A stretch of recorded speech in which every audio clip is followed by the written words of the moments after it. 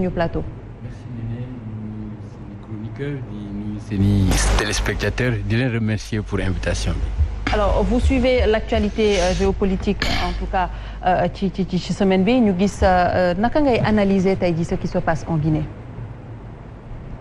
Merci d'abord nga baal ma condamner la violence bi am Guinée parce que violence moom amul benn démocrate buy nangu violence surtout nag réew moo xam ne nii da nga nekk ci situation de sous-développement di góorgóorlu pour tabax réew mi à tous les niveaux infrastructurels ak lépp daal donc ñu xam violence lu muy yàq donc lu ñuy njëkk a ñaawlu la vraiment dénoncer ko. La deuxième chose mooy je serais très mal placé pour parler de la Guinée. Pourquoi? Parce que j'estime que réew mi ma nekk d'abord muy Sénégal yàlla moo def sutura ba li am Guinée amu fa parce que li am Guinée tey ci élection la processus électoral élection présidentielle Sénégal gis nañu suñu réew fii di Sénégal élection yi ni mu mujjee ñu dem ba ci wàllu doxalin démocratie ñu jalgati yoon jaay doole xañ ay nit ñu nekk candidat voté ay loi procédure d'urgence problème yu bari am ci dëkk bi donc muy problème mu démocratie donc comme ku am dañuy wax ne ku am sa kër safara doo toppatoo safara jàmbur ma jàpp ne loolu lu ma bëggoo wax la ci sama njëlbeen.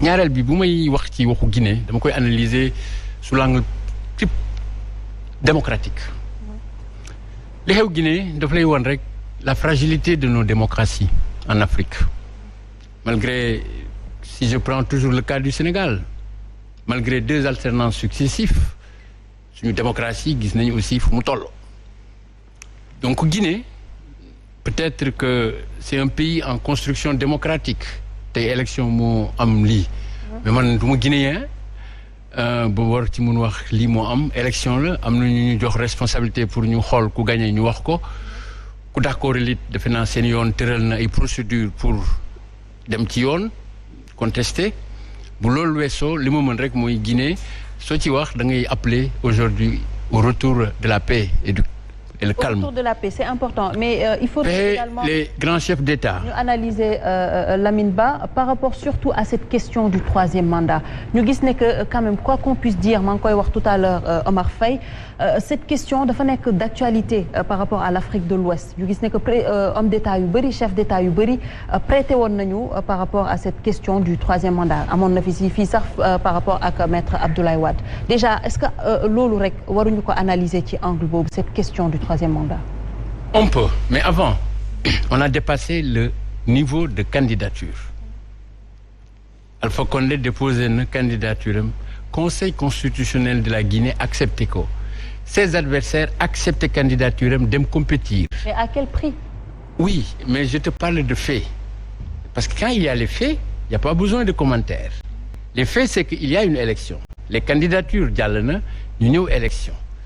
Bon, élection boobu en soi moom laa la wax dans un pays normal élection day am contestation mais bu amee dafay am ay procédures yooyu jaar au plan juridique pour dox loolu bu dee loolu nag mënul am ça veut dire que démocratie boobu dafa sooxee dafa nekk en crise waaw mais man est-ce que mën naa jox leçon de morale guinéen yi alors que dëkk bi ma dëkk sama président Macky Sall 2019 élection présidentielle mu wañ loxo constitution jalgati yoon voter ay loi procédure d'urgence xañ les 2 plus grands partis historiques du Sénégal le parti socialiste et le parti démocratique sénégalais ñu am candidat wax mais ku am problème entorse démocratique yu toll noonu mais doo wax waxu jàmbur donc je n'ai pas de leçon à donner aux Guinéens ce que je fais c'est appeler la communauté africaine appeler les anciens chefs d'État appeler les chefs d'État en exercice pour que ñu dem fexe ba jàmm dellu ci Guinée parce que Guinée c'est un pays frontalier au Sénégal su nekkee pays bu déstabilisé day ouvrir la voie vers le Sénégal donc man Sénégalais là donc loolu laa ci mun wax maintenant comment le problème va être résolu la démocratie guinéenne c'est aux Guinéens d'apprécier maintenant wax nga léegi question de 3e mandat au Sénégal amoon na fi mais le peuple a dit son mot. Le peuple sénégalais l'a refusé. Ñi nekkoon nag, disent-ils, du côté du peuple, ils avaient tous refusé le 3e mandat. Aujourd'hui, pourquoi en parler? Donc, la question ne s'est pas encore posée au Sénégal. Nous, nous. C'est vrai qu'on fait la politique, mais on n'est pas pressé parce que c'est un débat qui doit être tranché par le peuple. Parce que seul le peuple est garant du mandat. S'il voulait mettre terme demain au mandat, il mettrait terme au mandat. Maintenant, vous me permettez, je voudrais revenir sur Oumar. Nga baal ma ñëw ci Oumar. Oumar, damay am problème bu ma toogee fii dégg la nga ne Alpha Condé dafa ñëw ne Macky Sall ak Ablaye Wade dañu dil. Loolu man d'accorduma ci dégguma ko te mënuma koo firnde déglu rek. Dil ak waxtaan dafa wute. Dil ak waxtaan dafa wute. ñëw na fii journaliste yi talal ko micro mu ne effectivement daje nañu te moom Alpha Condé avant que Ablaye Wade ñibbi si Sénégal bokkoon na ci ñi demoon di ñaan Ablaye Wade pour dox ci jàmm ba dem invité ko pour mu fekk ko Guinée ba fàttali ko bu Ablaye Wade ñëwee fii Sénégal dafa taxaw ne am nay chef d'état yu ma ñaan yu ma invité sax mais dama ne leen bala ma leen di wuy si ma dem Sénégal donc je ne vois pas de rapport entre li xew tey Guinée ak Ablaye Wade. Je ne vois pas de rapport ni de lien.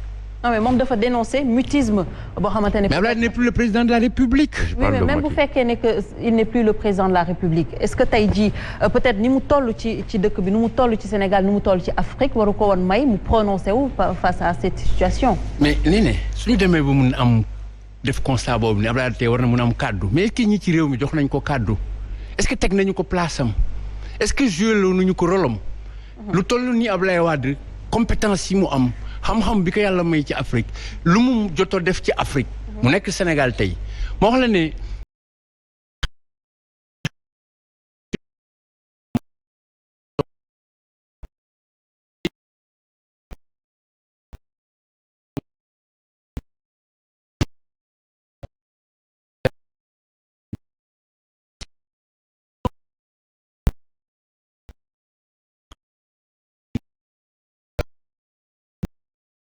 République. Macky Sall la ñuy jox réew mi. waaw Abdoulaye Wade ancien chef d'État la. donte ne jiite na parti mais amul benn lien mu war ci wax.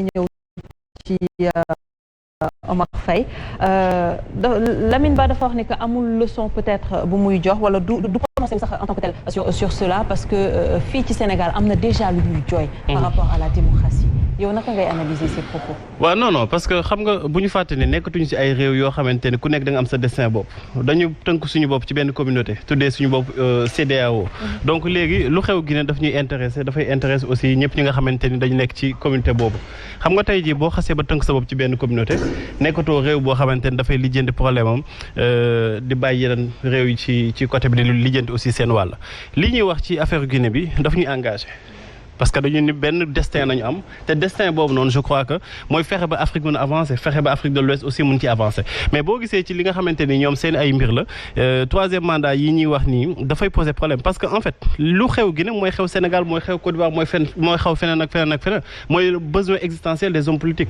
c'est-à-dire ñoom bu ñu nekkee ci ku jege lépp lu nga xamante ni ay principe la dañ ciy d'accord mais il suffit que ñoom ñu nekk au pouvoir ñu commencé di la naan ay way principe yi c'est-à-dire c'est que gisal lii nga xamante ni def na ko te Lamine Ba nanga koo commenté nee na c'est des faits d'accord mais est-ce que ñoom amoon nañu le choix c'est-à-dire bu demee ba conseil constitutionnel bàyyi fi loi def la ka neex jël ñi nga xamante ni wala candidature bi nga xamante ni valable warutoo doon candidat jox ko li nga xamante ne mooy candidature mais kooku ñeneen ñi nga xamante ne dañu bëgg bokk ci élection il n'avait pas le choix soit dañuy bokk ci élection wala ñu bañ a bokk ci élection te bu ñu bokk ci élection ça allait être pire puisque élection yi ay mascarade la te man li ma mënut a comprendre mooy benn président décide de fermer sa frontière kenn waxu ci tegu ko fenn ba mu xëy suba nii ñi nga xamante ne dañuy nekk de l'extérieur duñu voter même ci à l'intérieur de la Guinée am na ay nit ñoo xamante dañ leen xañ seen droit le plus absolu donc loolu yëpp tey mënul nekk ci processus ñuy naan processus bu dafa respecter li nga xamante mooy àq ak yelleef doomu aadama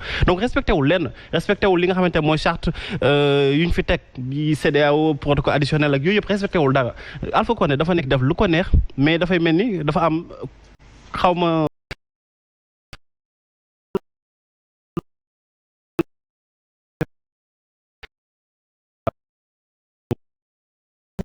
dañoo ànd ak moom alors ci noonu la ñuy dalalee suñu